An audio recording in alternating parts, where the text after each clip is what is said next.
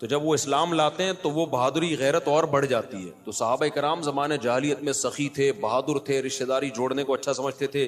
یہی جب مسلمان ہوئے تو یہ وفا کس کے لیے استعمال ہوئی؟ پھر نبی کے لیے. اور جو منافق تھے مدینہ میں, وہ کمبخت اسلام لانے سے پہلے بھی 2 نمبر, اسلام بھی لانے کے بعد بھی 2 نمبر. نبی صلی اللہ علیہ وسلم نے فرمایا نا کہ تم موت کے بعد دوبارہ زندگی ملے گی, تمہیں اللہ کے سامنے حساب و کتاب دینا ہے. تو وہی مشہور سوال تھا, سأل سائل بعذاب واقع. اللہ فرماتے ہیں یہ لوگ آپ سے پوچھتے ہیں وہ کب واقع ہوگا, جو عذاب واقع ہونے والا ہے اس کے بارے میں ایک سائل نے پوچھا. اللہ فرماتے ہیں واقع کب ہوگا یہ تو میں نہیں بتاؤں گا, میرا اصول ہی نہیں ہے کہ میں قیامت کا علم بتا دوں. لیکن اتنی بات ہے, للکافرین لیس لہ دافع. جو بھی اللہ کا منکر ہے, اللہ کو نہیں مانتا, اللہ کے حکام کو فالو نہیں کرتا, جب وہ عذاب آئے گا تو دنیا کی کوئی طاقت اس عذاب سے ان کو بچا نہیں سکے گی. تعرج الملائکۃ والروح الیہ فی یوم کان مقدارہ 50,000 سنہ. 50,000 سال کا ایک دن ہوگا.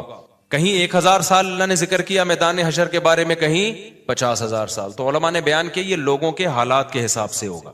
یہ ٹائم کے جو یونٹ ہے نا, یہ ہر ایک کے حق میں مختلف ہوتے ہیں. دیکھو جب ہم پیدا ہوئے تو ہم کائنات کو بننے کے اربوں سال کے بعد پیدا ہوئے ہوں گے نا, تو کیا ہمیں انتظار کرنا پڑا؟ بولو نا کیا ہو گیا؟ اگر ہمیں اللہ انتظار کرواتا, ابھی تم عالم ارواح میں ہو, 1 ارب سال کے بعد تمہارا نمبر آئے گا, تو میں تو بوریت سے مر چکا ہوتا. کیا خیال ہے بھائی؟ جہاں فلائٹ 1 گھنٹہ لیٹ ہو جائے, انتظار میں آدمی ٹینشن میں چلا جاتا ہے. لیکن ہم تو جب آئے تو ہمیں تو لگا کہ کائنات کی ابتدا آج سے ہو رہی ہے. جب ہم نے ہوش سنبھالا, کیونکہ ہمارے وہ یونٹ جو تھے نا, جو وقت کی اکائیاں ہیں, وہ ہمارے حق میں اسٹارٹ ہی نہیں ہوئی تھی. تو اسی طرح مرنے کے بعد جو مردے کے لیے جو ٹائم کے یونٹ ہے نا, وہ چینج ہوتے ہیں. ورنہ جو مردہ بیچارہ 20,000 سال پہلے دفن ہوا ہے, وہ تو قبر میں کوئی عذاب نہ بھی ہو رہا, وہ تو پڑے پڑے ہی بور ہو گیا ہوگا کہ اللہ قیامت لیا, میں تو ٹینشن میں آ گیا ہوں, 20,000 سال ہو گئے مجھے. تو اس کو تو ایسا نہیں لگے گا کہ 20,000 سال ہو گئے. وہ جب دوبارہ اس کو اللہ تعالیٰ اٹھائیں گے تو نیک لوگوں کو تو لگے گا ابھی ہم سوئے تھے اور ابھی ہمیں کسی نے آ کے اٹھا دیے. جیسے گہری نیند میں جب انسان سوتا ہے, کئی گھنٹے بعض دفعہ سوتا ہے, کوئی آ کے اٹھائے تو اس کو لگے گا یار ابھی تو میں سویا تھا, ابھی آپ نے اٹھا دیا ہمیں. تو سوتے ہوئے آدمی کے ٹائم کے یونٹ الگ ہوتے ہیں, مرنے کے بعد کے ٹائم کے یونٹ الگ ہوتے ہیں, عالم ارواح کے الگ تھے. اور بعض تو یہ بھی میں نے سنا ہے کہ دوسرے سیارے پہ آپ چلے جائیں نا زمین کے علاوہ, تو وہاں بھی ٹائم کے یونٹ چینج ہو جائیں گے. تو اسی طرح آخرت کے ٹائم کے یونٹ بالکل الگ ہے. ایک دن 50,000 سال کی, دنیا کا جو 50,000 سال ہے نا, وہ وہاں کا ایک دن ہوگا. کسی کے حق میں 1,000 سال, کسی کے حق میں 50,000 سال. یہ وہ ہے جب حساب و کتاب جس میں ہوگا. تو اللہ نافرمانوں کو عذاب سے پہلے نہ حساب و کتاب کا عذاب دیں گے. اللہ ہم سب کو اس عذاب سے محفوظ رکھے, جس کو قرآن نے ایک جگہ بیان کیا, یجعل الولدان شیبا, وہ ایسا دن جو بچوں کو بوڑھا کر دے. ایسا دن یفر المرء من اخیہ, انسان اپنے بھائی سے دور بھاگے. اس لیے بڑے بڑے اللہ والے وہ جہنم سے زیادہ پناہ مانگا کرتے تھے میدان حشر کی سختیوں سے. جہنم تو اس سے زیادہ سخت ہے, لیکن میدان حشر کوئی کم چیز نہیں ہے, وہ کوئی کم عذاب نہیں ہے. تو اللہ فرماتے ہیں کہ 50,000 سال کے برابر ایک دن ہوگا. فاصبر صبرا جمیلا انہم یرونہ بعیدا. جب مشرک بار بار کہتے بھائی چھوڑو, ابھی لے آؤ نا, ابھی لے آؤ, تو نبی صلی اللہ علیہ وسلم کو پریشانی ہوتی کہ بھئی اللہ وقت بتاتا کیوں نہیں ہے, بتا دے تاکہ میری جان چھوڑیں یہ لوگ. تو اللہ نے پیغمبر صلی اللہ علیہ وسلم کو تسلی دی, فاصبر صبرا جمیلا, اے نبی آپ صبر جمیل کریں. صبر جمیل وہ صبر ہے جس میں ذرا بھی شکایت نہ ہو. انہم یرونہ بعیدا, اے نبی یہ لوگ سمجھتے ہیں اس کے آنے میں بہت ٹائم ہے, لاکھوں کروڑوں سال ہیں. ونراہ قریبا, جبکہ ہم دیکھ رہے ہیں بس آنے والی ہے. کیوں؟ جب آپ مر گئے نا, ابھی دیکھو ہو سکتا ہے 1,000 سال باقی ہوں قیامت آنے میں, ہو سکتا ہے 20,000 سال باقی ہوں, لیکن ہمارے مرنے کے بعد ہمیں نہیں لگے گا 20,000 سال, ہمیں تو ایسا لگے گا ابھی ہم مرے تھے اور اتنی جلدی اللہ نے قیامت قائم کر لی. تو ہمیں تو اپنی موت کے حساب سے چلنا ہے بھائی. ہمیں کیا پتا کہ ہمیں کیا کرنا ہے اس سے کہ 50,000 سال بعد قیامت آئے یا 1 کروڑ سال بعد آئے. جب ہم مر گئے تو ہماری قیامت واقع ہو گئی ہے, ٹائم کے یونٹ ہمارے حق میں چینج ہو جائیں گے. تو اس لیے اللہ کہتے ہیں انہم یرونہ بعیدا, اے نبی یہ سمجھتے ہیں بہت بعد میں آئے گی قیامت. ونراہ قریبا, ہم تو دیکھ رہے ہیں کب ہے, بالکل قریب ہے, وہ زیادہ ٹائم نہیں ہے. یوم تکون السماء کالمہل, اللہ فرماتے ہیں جس دن آسمان تیل کی تلچھٹ کی طرح ہو جائے گا, ایسے پگھل جائے گا آسمان. اتنی بڑی تباہی آنے والی ہے اس کائنات پہ, جس پہ ہم فخر کر رہے ہیں, اس یہاں کے شاپنگ سینٹروں پہ فخر کر رہے ہیں, میں بھی ایک پروگرام میں گیا نا اسلام آباد میں, بڑا زبردست پروگرام تھا, بڑے بڑے تاجر آئے ہوئے تھے, تھوڑا سا موٹیویٹ کرنا تھا لوگوں کو تاکہ پیسہ کمائیں. تو یہ تو اچھی بات ہے, اسلام تو آپ کو بزنس کا پیسہ کمانے کا حکم دیتا ہے تاکہ ہم بھکاری پن سے نکلیں. بھکاری پن کو تو پسند نہیں کیا گیا نا, ایک شخص بھیک مانگتا ہے, نبی نے اس کو پسند نہیں کیا, تو پوری قوم پورا کنٹری بھکاری بن کے IMF کے سامنے کشکول لے کے کھڑا ہوا ہو, تو ہمارے نبی اس کو پسند کریں گے کہ کوئی مسلمان قوم ہو اور قومی سطح پہ بھکاری بن چکی ہو؟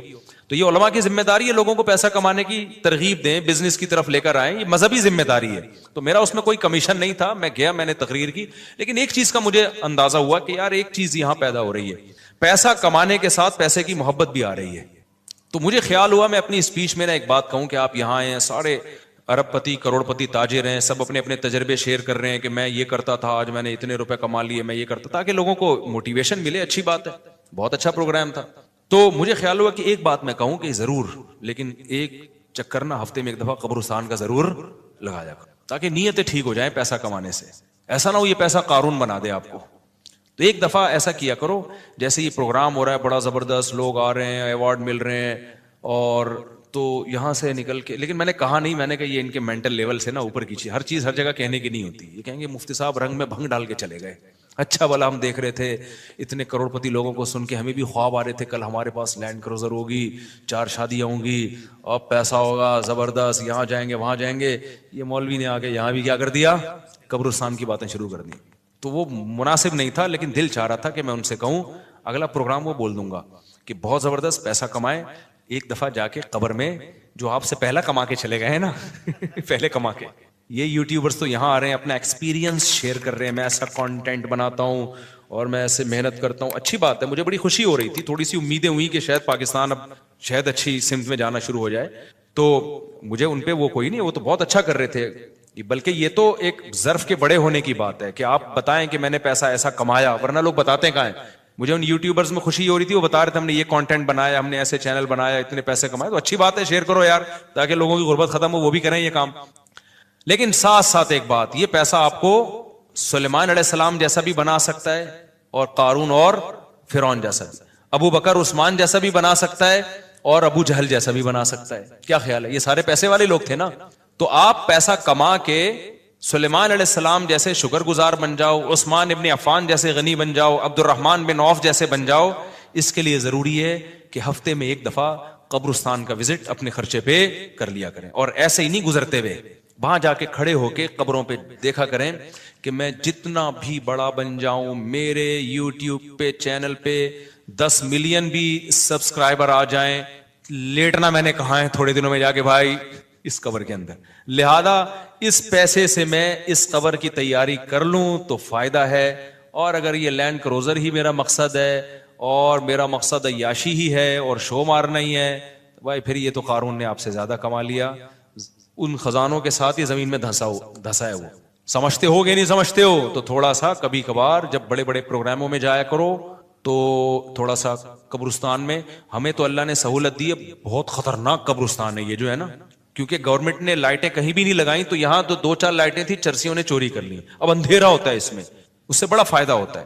اور جن بھوت بھی لوگوں کو نظر ہوتے نہیں ہیں جن یہاں پر, لیکن لوگوں کو نظر آ رہے ہوتے ہیں, ڈرے ہوئے جا رہے ہوتے ہیں نا. سرکٹا ایک دن نظر آیا کسی کو, بعد میں پتا چلا وہ کمبخت, وہ نہیں سویٹر نا یہاں تک اس نے کیا ہوا تھا, سر ہی نہیں تھا اس کا, سویٹر یوں کر کے نا قبرستان پہ بیٹھا رہتا تھا, لوگ بھاگ جاتے تھے, بس سرکٹا آیا ہوا یہاں پہ, ٹھیک ہے نا. تو آپ یہ جو ہمیں اللہ نے بڑی سہولت دی ہے, کبھی کبھار ایسا کیا کرو, یہاں چلے جاؤ. رات کے وقت جاؤ گے تو جیسے آپ نے انرجی اپنی خرچ کرنی ہے نا, تو کہتے ہیں ڈاکٹر 1 گھنٹے کی واکنگ سے 15 منٹ کی جاگنگ بہتر ہے. 15 منٹ کی جاگنگ میں اتنی انرجی لگ جائے گی جو 1 گھنٹے کی واکنگ میں نہیں ہوگی. تو دن میں قبرستان 100 دفعہ جانے سے بہتر ہے رات میں 2:30 بجے 1 دفعہ چلے جاؤ. بس رات میں 2:30 بجے 1 دفعہ چلے جاؤ, اور وہاں جا کے بیٹھو, بیٹا آنا کہاں ہے, یہی آنا. اور یہ جو لیٹے ہوئے ہیں نا, یہ سارے غریب نہیں تھے, ٹھیک ہے نا.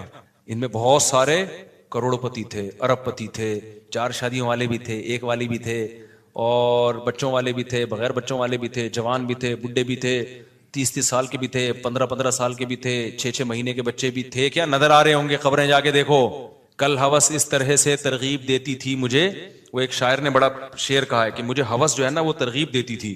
ہوس نہیں ہوتی پیسوں کی دولت کی کہ یہ سکندر ہے, ہاں وہ کہ جو ہے نا, مجھے پورا شعر یاد نہیں, 20 سال ہو گئے سنے ہوئے اس کو, اس کا خلاصہ بتا رہا ہوں کہ ہوس مجھے ترغیب دیتی تھی کہ بھائی پیسہ کماؤ, پھر یہ عیاشی اور اتنی عزت اور ایسا کچھ ہوگا اور بڑے مزے ہوں گے نا, اور نائٹ کلب جائیں گے, شرابیں پیئیں گے اور یہ کچھ کریں گے.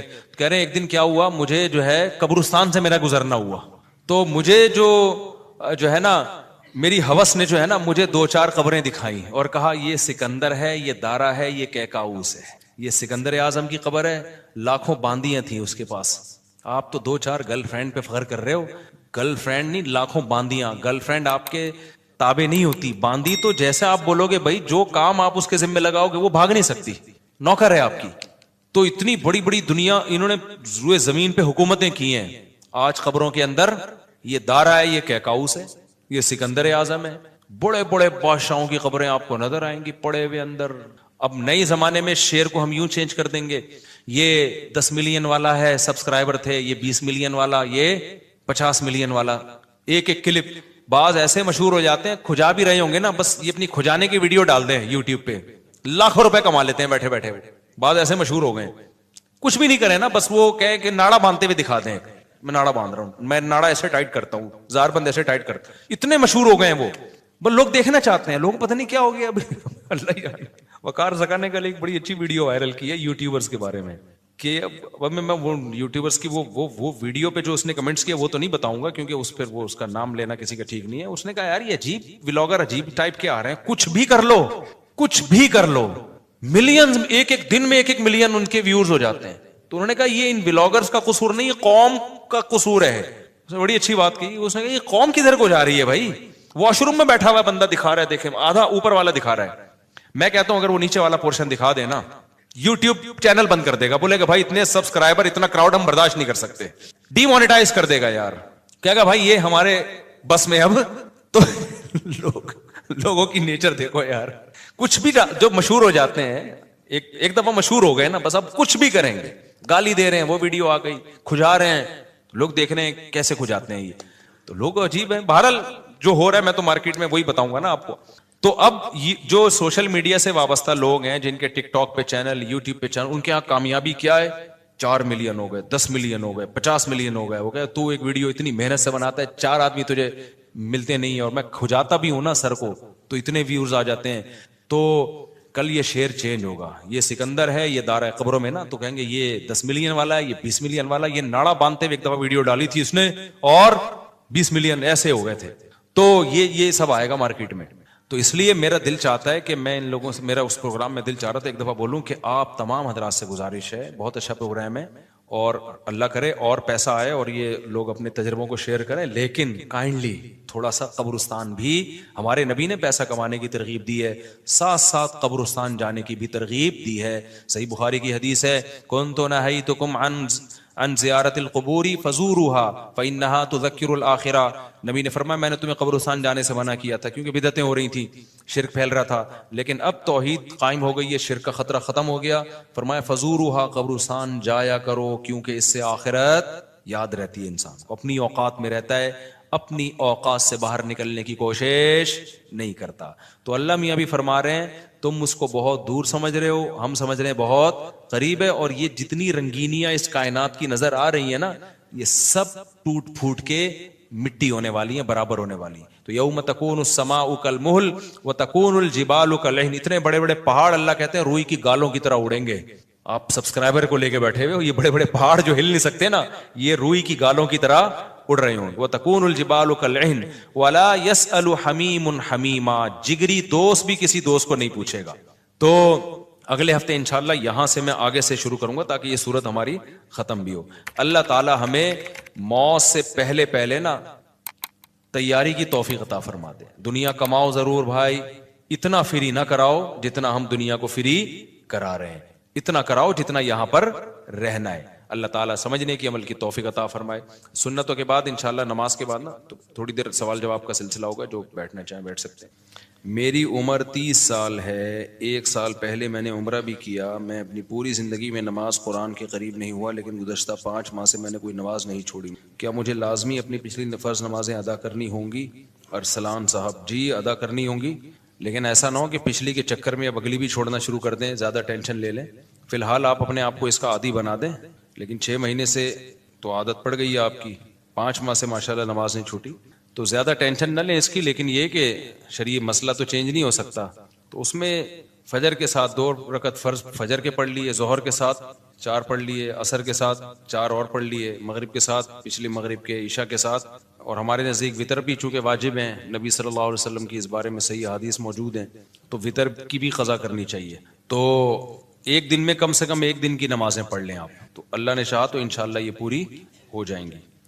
مفتی صاحب, کراچی کا اجتماع 25 جنوری کو ہے اور یہ بات پکی ہے, جمعرات مدنی مسجد میں بھی اعلان ہو چکا ہے, آپ اجتماع میں ضرور آئیں انشاءاللہ. صلو علی الحبیب. میرے بھائی, چپل مدرسے میں 3 مہینے, کیا لکھا ہے یار, جیل مدرسہ میں, یہ کدھر ہے جیل مدرسہ؟ جیل مدرسہ میں 3 مہینے, جیل کو چپل لکھا ہوا ہے, مہینے رہ کر آیا, آپ سے دعا کی درخواست ہے, دل سے دعا ہے جی. موجودہ حالات میں پتہ نہیں کس چیز کی دعا منگوا رہے ہیں, مجھے سمجھ میں نہیں آ رہا. بھال جو بھی ہے, موجودہ حالات میں اگر کوئی شخص حقوق اللہ اور حقوق العباد پورا کرتا ہو مگر اشاعت دین اور بقائے دین کی کسی بھی صورت کا حصہ نہیں بنتا, تو کیا وہ گناہگار ہوگا؟ جی گناہگار ہوگا, کیونکہ نہی عن المنکر فرض ہے, تو ہر شخص پر اپنی استطاعت کے بقدر نہی عن المنکر فرض ہے. مفتی صاحب, پیسے اکٹھے کرنے کی کوئی ترتیب بتائیں, میں کافی سالوں سے کوشش کر رہا ہوں مگر پیسہ نہیں آ رہا, مالدار نہیں ہو رہا. آپ پہلے سیونگ کرتے ہیں, 1 سال کا مال بیک اپ کرنا کیسا ہے؟ پیسہ کمانے کے طریقے ان لوگوں سے پوچھو جو پیسہ کما رہے ہیں, سمجھتے ہو؟ ہم تو نہیں کما رہے, سیدھی سی بات ہے. جو تھوڑا بہت تجربوں کے بعد ایک, یعنی کمانے کا مطلب کوشش نہیں کر رہے کمانے کی, ہمیں تو بغیر کوشش کا ہی مل رہا ہے, کیونکہ اب تجربے پہلے میں کر چکا ہوں, انویسٹمنٹ کے ڈبو چکا ہوں, پھر مجھے تعلقات کی بیس پہ ایسے ایماندار تاجر مل گئے کہ ان کے ساتھ جب انویسٹمنٹ کیا تو وہ ایمانداری کی بیس پہ انہوں نے مجھے نفع دینا شروع کیا. تو یہ ہر ایک کو یہ فیسلٹی ملتی نہیں ہے, سمجھتے ہو کہ نہیں سمجھتے؟ تو ایماندار لوگوں کا ملنا بڑا مشکل ہے. اب جب انسان کے تعلقات بہت بڑھتے ہیں تو پھر ایماندار لوگ اس کو لاکھوں میں 2-4 مل جاتے ہیں. اب آپ کو تو لاکھوں ملیں گے نہیں, تو 2-4 کہاں سے ملیں گے اس میں؟ تو یہ جو ہے نا پیسہ کمانے کا, ان لوگوں سے پوچھو جو پیسہ کمانے کے طریقے جانتے ہیں. میری تو زندگی پیسے کو لات مارنے میں گزری ہے, نہیں کمانے میں گزری ہے. لوگ یہ سن کے حیران ہوتے ہیں, مولوی صاحب باتیں کیسی کر رہے ہیں, اور یہ کوئی خوشی کی بات نہیں ہے کہ لات مارنے میں گزری, بیوقوفی کی ہے میں نے, لیکن کی ہے. یہ کاروبار میں نے کیا تو جان کر اس کو ٹھپ کرنے کی کوشش کی. یعنی میرے پاس کسٹمر جب آتا تھا نا, 2007-8 کی بات کر رہا ہوں, میرا شہد کا بزنس تھا, گھر میں شہد کا اسٹاک پڑا ہوا ہوتا تھا. یہاں بندہ آ کے کہتا تھا جی کہ جی 1 کلو آپ بیری کا شہد, یہ کیش اماؤنٹ دے رہا ہوں, آپ لے آئیں جا کے. میں کہتا اوپر کون جائے یار, سیڑھیاں چڑھ کے جانا پڑے گا, لے کر آنا پڑے گا. تو میں کہتا تھا ایسا کریں آپ کل آ جائیں, کائنڈلی آپ کب آ جائیں. وجہ اس کی یہ تھی کہ مجھے یہ تھا کہ ناشتہ میں نے کر لیا, دوپہر کھانا میں نے کھا لیا, رات کا کھانا پڑا ہوا ہے, مدرسے سے اتنی تنخواہ مل رہی ہے کہ میرا راشن پانی 2 گھروں کا ہو جاتا ہے. مہینے کے بعد کچھ نہیں بچتا تو تنخواہ آ جاتی ہے. تو اور اگر جامعہ سے تنخواہ نہیں ملے, بعض دفعہ وہاں بھی حالات ایسے چلتے رہتے ہیں 2-2 مہینے, تو دکان والے سے اتنے تعلقات ہیں وہ کریڈٹ پہ دے دیتا ہے. جب 2 مہینے بعد تنخواہ ملے گی تو 2 مہینے کے اکٹھے پیسے نمٹا دیں گے اس کو. تو ایسے ہمارا حساب کتاب چل رہا تھا. تو مجھے یہ تھا کہ یار مجھے میری خواہش کیا ہے, گھر ذاتی گھر پراپرٹی تو میری خواہش نہیں ہے. ایک گھر مسجد نے دیا ہوا ہے, ایک جامعہ تو رشید مجھے اس کا رینٹ دیتا ہے, میں جامعہ میں ٹیچر ہوں, تو گھر کا رینٹ, وہ 2 بیویاں تھی میری اس وقت, تو ایک کا رینٹ جامعہ دے رہا ہے, گیس بجلی کا بل, اور ایک گھر مجھے مسجد میں امامت ہے, تنخواہ تھوڑی ہے لیکن مجھے یہ سہولت ہے, انہوں نے گھر دیا ہوا ہے. اور مجھے کیا ضرورت ہے پیسہ, میری جو اپنی کھوپڑی تھی وہ یہ تھی. تو گھر میں آٹا, دال, گوشت, انڈا جو ضرورت ہوتی ہے, ہر روزانہ گوشت نہیں بنتا تھا, ہفتے میں 1-8 دفعہ گوشت بن جاتا ہے, بہت ہوتا ہے ہفتے میں. کیٹو ٹوپی ڈرامہ چھوڑ دو, کیٹو ڈائٹ یہ غریبوں کے کام نہیں ہے. غریب آدمی سب کچھ کھا کے بھی ٹھیک رہتا ہے, اور امیر آدمی روزانہ انٹرنیٹ پہ سرچ کر رہا ہوتا ہے کیا کھانا ہے, پھر بھی مر جاتا ہے بہت جلدی. تو ظاہر ہے ہم اپنی کیٹو بھی کھائیں گے تو اپنی حیثیت کے حساب سے کھائیں گے نا. تو ہفتے میں 1 دن ہمارے گوشت بنتا تھا, اور 1 دن کڑھی بنتی تھی, دال چاول 1 دن, وہ ہمارا اس سیٹ اپ چل رہا تھا. صبح مجھے پراٹھے, میں نہیں چھوڑ سکتا, تو انڈے پراٹھے مجھے ہو جاتے تھے. تو میں سوچتا تھا یار میرا تو گزارا ہو رہا ہے. بچوں کی اسکول کی ہم نے ٹینشن لی نہیں, ہم نے کہا پیسے ہوں گے تو اسکول پڑھا دیں گے, نہیں تو بھائی ہوم اسکولنگ, گھر میں رہو بس پڑھو, جتنا اماں کو آتا ہے وہ پڑھا دے گی, جتنا ہمیں آتا ہے ہم پڑھا دیں گے. تو اب اس کے بعد مجھے جو میں دل کی, میرے جو دوست احباب ہے نا, ان سے آپ یہ پوچھ سکتے ہیں, آپ سمجھیں صاحب شو مار رہے ہیں, شو نہیں مار رہا, میں اپنی برائی کر رہا ہوں, یہ برائی اس لیے کر رہا ہوں, یہ ٹھیک نہیں ہے, آپ ایسا نہ کریں, ہمارا اپنا مزاج ہمیشہ سے ایسے ہی رہا. تو اب یہ کہ یار کیونکہ اب پڑ ہی نہیں رہی سر پہ نا, کوئی ضرورت ہی نہیں آ رہی. جب پڑتی ہے تو پھر آدمی کمانے کی سوچتا ہے, پڑ ہی نہیں رہی سر کے اوپر. میری ضرورت تھی پراٹھا. مجھے یاد ہے جب میں نے دوسری شادی کا ارادہ کیا اچھا پراٹھا بھی گھر کا نہیں, مجھے ہوٹل ہی کا پراٹھا چاہیے, گھر کا نہیں. گھر میں وہ مزہ نہیں آتا پراٹھے میں, جتنا بھی اچھا بنا وہ. کبھی میرے ساتھ بیٹھ کے پراٹھا کھاؤ تو تمہیں پتا ہے. ایک دن لاہور سے ایک بندے آئے, انہوں نے کہا یہ پراٹھے بیان میں بہت کرتے ہو. میں اس کو لے گیا ہوٹل میں, میں نے ناشتہ کرا, کہہ رہا یار واقعی ایسا پراٹھا آج تک میں نے نہیں کھایا. تو وہ بڑے پیٹ کے لیے بہت نقصان دہ ہوتے ہیں, لیکن یہ ذہن میں رکھیے گا, وہ سفید آٹے کے پراٹھے ہوتے ہیں, مزہ بہت ہے. تو اب کیا تھا کہ میں نے کہا میری بنیادی ضرورت, بنیادی بھی نہیں ہے, عیاشی ہے پراٹھا. بنیادی ضرورت تو ناشتہ ہے ہی نہیں, 2 ٹائم کی روٹی ہے, ناشتہ تو آپ کی گریوی ہے. تو میں یہ سوچتا تھا کہ یار میرے پاس تو گھر بنانے کے پیسے نہیں ہیں, اللہ نے 2 گھر مجھے فری پھوکٹ کے دیے ہوئے ہیں. ایک کا کرایہ وہ ادارہ دے رہا ہے جہاں میں ٹیچر ہوں, اور ایک مجھے مسجد میں امامت کی وجہ سے امام ہونے کی حیثیت سے ملا ہوا ہے. ابے میں تو کروڑ ارب پتی آدمی ہوں, لوگوں کے پاس ایک گھر نہیں ہے, میرے پاس 2 گھر. اللہ کی قسم دل میں یہ کیفیت, یہ اوپر سے نہیں کہہ رہا. اور لوگ روتے ہوئے آ رہے ہوتے تھے میں ذاتی گھر نہیں بنا سکا اور میرے پاس یہ نہیں ہے. میں کہتا اس کو دیکھو پاگل آدمی. مجھے اس پہ ترس اس پہ نہیں آتا تھا ذاتی گھر نہیں ہے, مجھے اس پہ آتا تھا یہ بیوی بیچارے کی ایک ہی ہے, میں عیاشی کر رہا ہوں, میری بیویاں کتنی ہیں, 2 ہیں. تو رینٹ کے گھر تھے ہمارے, رشتے بھی ہم بیچتے تھے. تو کہ بھائی تیسری شادی کے لیے پیغام بھیجا, کہاں رکھو گے بھائی, وہ دوسری کو آمادہ کر لیا کہ تیسری کو اپنے ساتھ رکھ لے. انہوں نے کہا بھائی آج کل کوئی نہیں رہتا. اس بیس پہ میری بہت دنوں تک شادی نہیں ہوئی. پھر ایک دفعہ ہو بھی گئی تھی, ایک دفعہ ہوئی تھی تو تبھی ہوئی نا, پھر 3, وہ اسی ایام میں ہوئی ہے, انہی غربت کے ایام میں.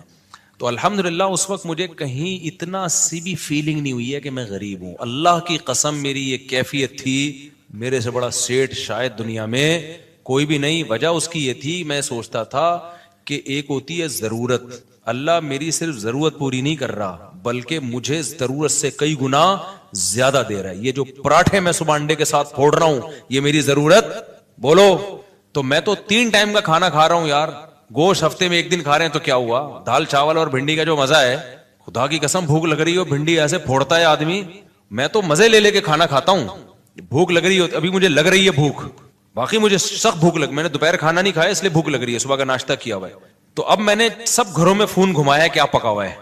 یہ سہولت ہے, تم غریبوں اب میرا تمہیں گالیاں دینے کا دل چاہ رہا ہے. ہم نے فوکس کیا شادیوں کو جو نیچرل ہے, تم فوکس کرتے ہو بحریہ ٹاؤن کو, گاڑیوں کو. یہ نیچرل تھوڑی ہے یار, جو نیچرل لذتیں ہیں وہ تو بیوی اور بچوں میں ہیں. سمجھتے ہو کہ نہیں سمجھتے؟ بیویاں ہونی چاہیے, بچے ہونے چاہیے, وہاں سے محبتیں ملتی ہیں. گاڑی بھی تو تھوڑے دن میں بھر جاتا ہے, پھر آدمی کہتے ہیں اس سے اونچی کی گاڑی, پھر اس کے بعد پھر بڑے بڑے لوگ گاڑیاں بیچ دیتے ہیں, اوبر میں جا رہے ہوتے ہیں. وہ یہ کھلونے ہیں تھوڑے دن کے دل بہلانے کے, ان سے دل بھر جاتا ہے. نہ بیویوں سے دل بھرتا ہے نہ بچوں سے دل بھرتا ہے. یہ تو نیچرل ہے نا, پراٹھے سے دل بھرتا ہے. کبھی روٹی سے دل بھرا کسی کا؟ 1 دن کھائی 2 دن کھائی, اب میں نہیں روٹی کھا رہا, اب پھر بھوک لگے گی, پھر روٹی کھانے کا دل. یہ نیچرل ہے. تو ہم شروع سے کوشش کرتے ہیں نیچر پہ رہیں بھائی, نیچر پہ رہیں. تو یہ تو بچکانا باتیں ہیں, گاڑی بنگلہ بحریہ ٹاؤن, پیسہ بہت دے دیا تو بنا لو, نہیں ہے تو یہ کوئی تھوڑی فضول چیزیں ہیں یار. دیواروں اینٹوں سے, میں نے تو اپنی زندگی میں ایسے ایسے لوگوں کو دیکھا اربوں روپے لگا کے انہوں نے شیش محل بنایا, اتنا بہترین گھر, خدا کی قسم رہنا نصیب نہیں ہوا. جس دن گھر تیار ہوا ہارٹ اٹیک ہوا, مر گئے. کاش وہ اربوں روپے لگا کے اپنی صحت کا خیال کر لیتے یا کچھ اور کر لیتے. تو وہ بچے بھی پھر وہ فری پھوکٹ کے پیسہ نا بیچ باچ کے کھا رہے ہوتے ہیں, عیاشیوں میں اڑا رہے ہوتے ہیں. تو اس لیے ابھی جو ہے وہ میں نے گھروں میں فون گھمایا تو شلجم اور جو ہے گوشت کا شوربہ کہیں نہیں پکا ہوا تھا. تو گارڈوں سے میں نے پوچھا تم لوگوں نے کیا پکایا, انہوں نے کہا شلجم گوشت. میں نے کہا ہم آپ کے ساتھ کھانا کھائیں گے آج. شلجم گوشت شوربے والا تازہ, ایسا مزہ آتا ہے یار. بڑے گوشت میں نا شلجم ڈال دو, سبزی ڈال کے پکاؤ, بڑا مزہ. تو اتنی خدا کی قسم یہ لذیذ نعمتیں, اللہ بھوک لگ رہی ہو, اچار ہو, دال چاول ہو, کڑی پتے والی, آپ کو لگ نہیں رہی نا, اس لیے آپ کو مزہ نہیں آ رہا. ابھی سموسے کھا کے بیٹھے ہوگے آپ چائے کے ساتھ. جس کو بھوک لگ رہی ہو نا اس کو یہ میری باتوں کو وہ انجوائے کرے گا. مجھے چونکہ لگ رہی ہے, باتوں میں مزہ آتا ہے. یہ نیچرل لذتیں ہیں جن کو یہ مل رہی ہیں, بس وہ عیاشیوں میں ہے بھائی. کیا کرنا ہے ایسی دولت کا, نہ کچھ کھا سکتا ہے نہ. اکثر مالدار ہم نے دیکھے ہیں, ایک آدھ بچہ ان کا, وہی بچہ خراب نکلا, وہی ٹینشن دے رہا ہے, زندگی عذاب بن گئی ان کی. شروع میں پیسے سے برگر اتنے کھا لیے کہ اب کچھ کھانے کے قابل نہیں بچے, اتنا وزن بڑھ گیا ان کا, کھا ہی نہیں سکتے. پراٹھے کا نام سن کے بے ہوش ہو جاتے ہیں وہ. تو سب سے بڑی نعمت صحت ہے, بیوی بچے ہیں, اور سر چھپانے کے لیے جگہ مل جائے, بے شک وہ کرائے ہی کی کیوں نہ ہو. تو میں کہتا یار لوگوں کے پاس ایک جگہ, میرے پاس کتنی ہے, حالانکہ میرا ان میں سے ایک بھی نہیں. مسجد والے جب امامت سے نکالے تو گھر بھی گیا, کیا خیال ہے.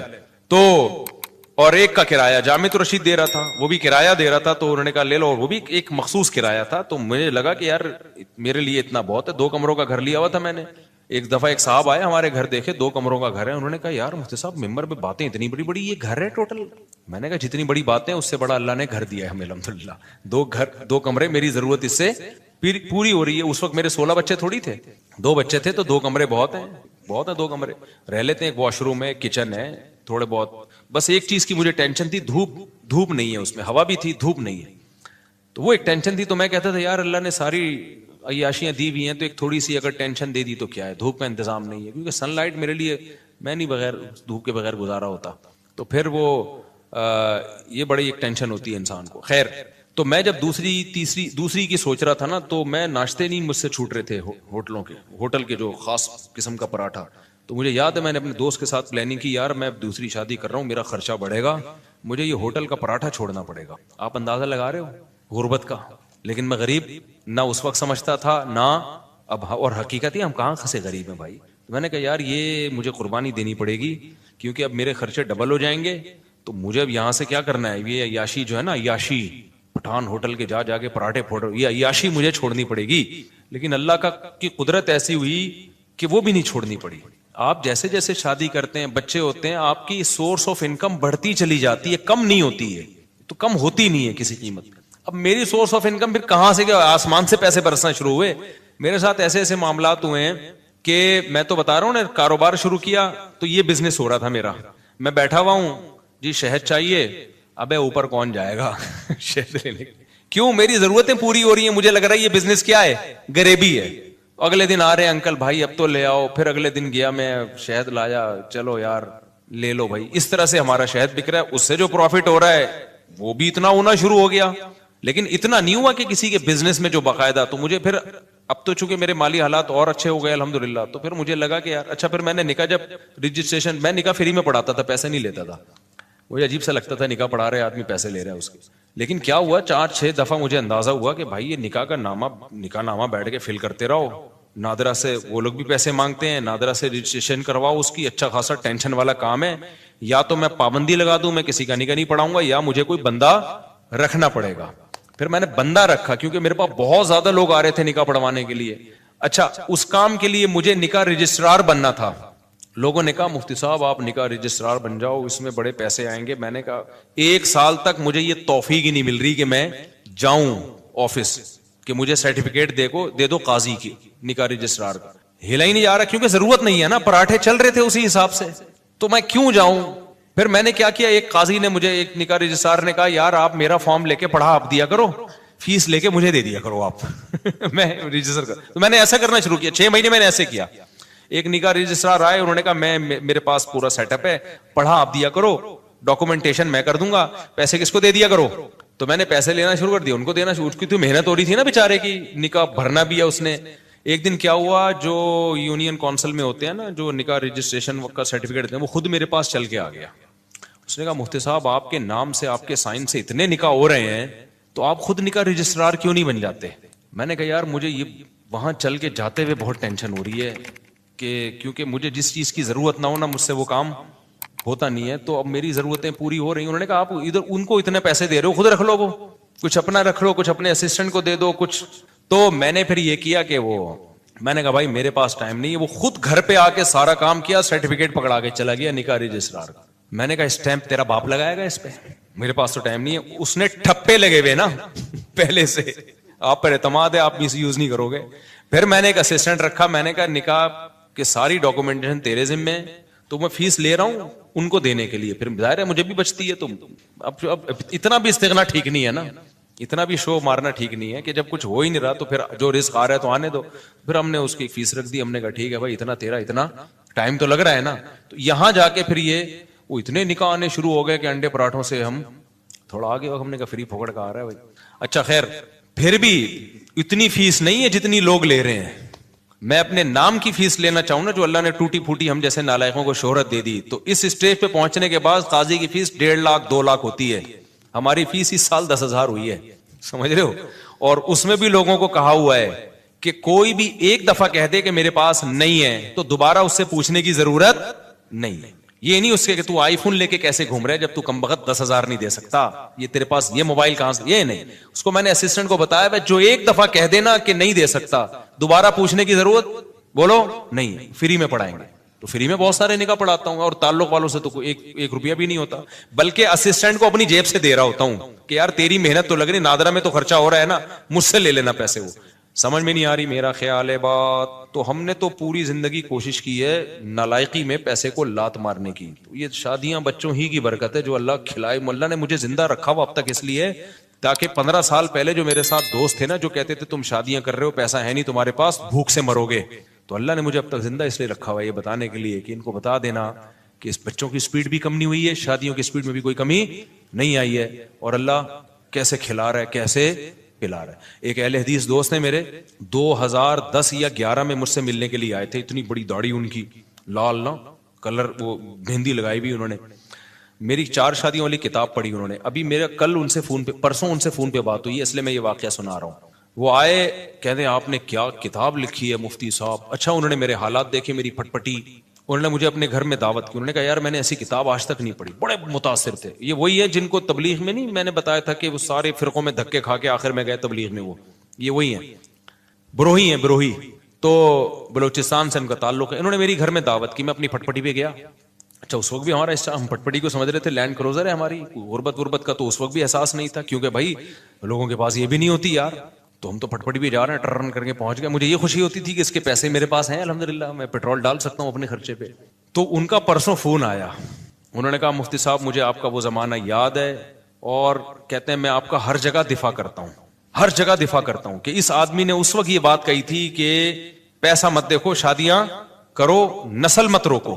کہہ رہے اب لوگ نا آپ کی ریووں پہ اعتراض کرتے ہیں, یہ مفتی ریووں میں گھوم رہا ہے, یہ مفتی امریکہ جا رہا ہے, یہ مفتی جاپان جا رہا ہے, یہ مفتی سوئٹزرلینڈ جا رہا ہے, یہ مفتی یہ وہ. بھائی جب ظاہر ہے نوٹ آئیں گے تو شادیاں تو ہوں گی. کہہ رہا ہے میں ہر ایک کے ساتھ سامنے دفاع کرتا ہوں کہ میں اس مفتی کو جتنا جانتا ہوں آپ لوگ نہیں جانتے. اس مفتی کے پاس بچے پہلے آئے ہیں, بیویاں پہلے آئی ہیں, ریوو, اور ابھی تک یہ ریوو میری نہیں ہے, کرائے پہ ہے. اچھا یہ ویسے ہی راز کی بات بتا دوں, لیکن ہم اس کو کیا سمجھتے ہیں, یہ بینک سے لیے تو رینٹ ہوتے دینا پڑتا ہے تو. لیکن بھائی ہمیں اس سے کیا میری ہے یا رینٹ کی ہے تو اسٹیئرنگ کس کے کنٹرول میں ہے, میرے کنٹرول, میری ہے بس. کرائے کا گھر ہے, اگر چابی اس کی میرے پاس ہے تو کس کا گھر ہے وہ, مالک مکان میری پرمیشن کے بغیر نہیں گھس سکتا گھر میں. آئے نا اگر بولو تو کیوں آ رہا ہے بھائی, تو میرا گھر ہے. تو اتنا کافی ہے میرا ہونے کے لیے, اس سے زیادہ کی ہوس مت کرو. پھر بہت پیسہ اللہ نے دے دیا تو ٹھیک ہے. اب مجھے گارڈننگ کا بہت شوق تھا, میرے پاس تو زمین ہی نہیں تھی سبزیاں اگانے کے لیے. تو اب ایک ہے تو گورنمنٹ ہی کی زمین ہی ہے, لیکن کسی کام کی نہیں ہے, تو ہم نے یہاں پودے لگانا شروع کر دیے. جب تک کوئی چھیڑ نہیں رہا تو ہم اپنی سمجھ رہے ہیں. ابھی میں نے اس کا ولاگ بھی بنایا ہے, لوگ سمجھ رہے ہیں مصطفیٰ کے پاس بڑا ایریا زبردست, حالانکہ وہ گورنمنٹ کی زمین ہے لیکن مجھے اس سے کیا کرنا, جب وہ میرے کام میں سبزی اگا کے مجھے دے رہی ہے, میرے ٹماٹر کا شوق پورا کر رہی ہے, میری بھنڈی کا شوق پورا کر رہی ہے, تو ابھی اپنی بھی تو یہی کرتی ہے. اس میں گورنمنٹ تو خوشی ہوگی, اچھا کسی کام میں آ رہی ہے. یہ جو نرسری والے ہوتے ہیں یہ تو فٹ پاتھوں پہ لگا رہے ہوتے ہیں نا, یہ جو فٹ پاتھ پہ نہیں, وہ جو بیچ میں روڈ کے بیچ میں جگہ ہوتے ہیں, گورنمنٹ تو چاہتی ہے اچھا ہے گرینری ہوگی, تو بس وہ اپنی سمجھو اس کو یار.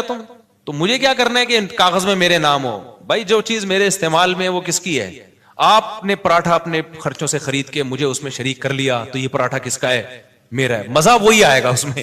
اب میں کہ یہ میں نے چونکہ اپنے پیسوں سے نہیں خریدا, ابے تو بے وقوف آدمی ہے, تو کسی اور کے پیسوں سے اگر تو تجھے پراٹھا کھلا رہا ہے, اور تیرا دوست ہے, کوئی بھیکاری بن کے نہیں کھلا رہا, کوئی ایسا نہیں کوئی بعد میں تجھے تانے دے رہا ہو, تو تمہیں تو نوالا پیٹ میں جا رہا ہے نا, تمہاری تو بنیادی ضرورتیں پوری ہو رہی ہیں. اب تمہارے خرچے پہ ہو, کسی اور کے خرچے پہ ہو, تمہیں آم کھانے سے مطلب ہے, تمہیں پیڑ گننے سے مطلب نہیں ہونا چاہیے. تو میرے رب کے مجھ پر احسانات ہیں. جب میں پیدا ہوا تو مجھے ماں بھی ملی محبت والی, باپ بھی ملا محبت والا, بہن بھائی کی نعمت ملی, ابا اماں کھلاتے رہے, اس وقت میرے خرچے پہ نہیں ابا کے خرچے پہ ہم کھاتے رہے, ہمیں کھانے سے مطلب تھا. اللہ نے ہمیں گھر کی چھت بھی دی, ابا کے گھر تھا وہ, میرا گھر نہیں تھا. تو مجھے اس سے کیا غرض کہ مجھے تو گھر مل گیا نا جو میری ضرورت ہے. پھر جب ہماری شادی ہوئی, دوسری جب ہوئی, تو دھکے مار کے گھر سے نکالنے کی کوشش سے پہلے ہی ہم نکل گئے. الحمدللہ ہمیں پتا تھا نکال دیا جائے گا, لیکن ہم پہلے ہی نکل گئے.